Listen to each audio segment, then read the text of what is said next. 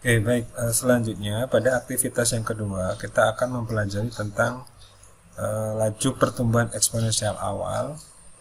Nah, ini menunjukkan tentang pertumbuhan terhadap penyebaran ya, penyebaran eh, virus atau sebuah penyakit ya.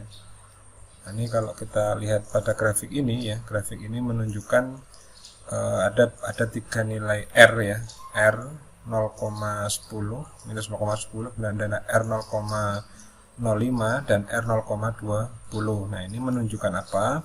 Di sini jelaskan bahwa R 0,1 ini menunjukkan bahwa kurva mengalami penurunan, artinya kasus atau individu yang terserang penyakit ini semakin kecil ya, menunjukkan wabah cenderung padam ya, atau padam itu artinya dia menuju laju pemulihan. Sedangkan R 0,05 ini menunjukkan kurvanya naik, artinya ada penularan ya, hanya laju pertumbuhan penularannya itu melambat ya. Sedangkan R 0,2 ini menunjukkan perubahan atau penularan itu cukup cepat ya, atau sangat cepat ya. Dalam konteks ini kita bisa juga ya menggunakan pemodelan ini misalkan untuk menggambarkan laju penyebaran api dari sebuah kejadian, misalkan kebakaran hutan gitu ya. Nah, berapa jumlah pohon yang terbakar, kemudian bagaimana laju perambatan apinya ya, dengan melihat bagaimana kecepatan angin ya. Nah, ini bisa digunakan untuk pemodelan yang seperti itu juga. Nah, kemudian di bagian ini, di bagian selanjutnya Anda juga diminta untuk melakukan ya pembacaan grafik dengan mengubah nilai eksponensialnya dan juga nilai R positif maupun nilai waktu ya. Jadi I0 ini adalah pertumbuhan awal ya. Kemudian IT ini menunjukkan pertumbuhan berdasarkan waktu ya, waktu pertumbuhannya.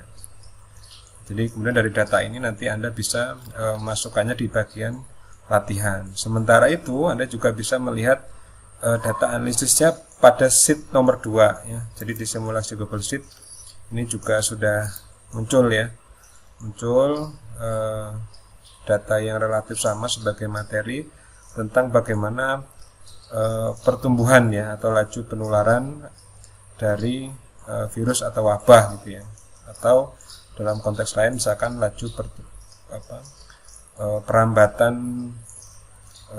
misalkan kebakaran hutan gitu ya, merambatnya api di suatu wilayah kebakaran hutan berdasarkan waktu gitu. Itu juga bisa digunakan pemodelan yang sama seperti ini ya. Jadi nanti Anda bisa coba menyelesaikan aktivitas-aktivitas ini untuk lebih memahami tentang bagaimana metode SIR ini dipakai untuk menggambarkan dan juga memprediksikan ya bagaimana pertumbuhan laju penularan sebuah virus atau konteks lain penyebaran api yang merambat misalkan, itu juga bisa ya. Selamat mengerjakan aktivitas yang kedua.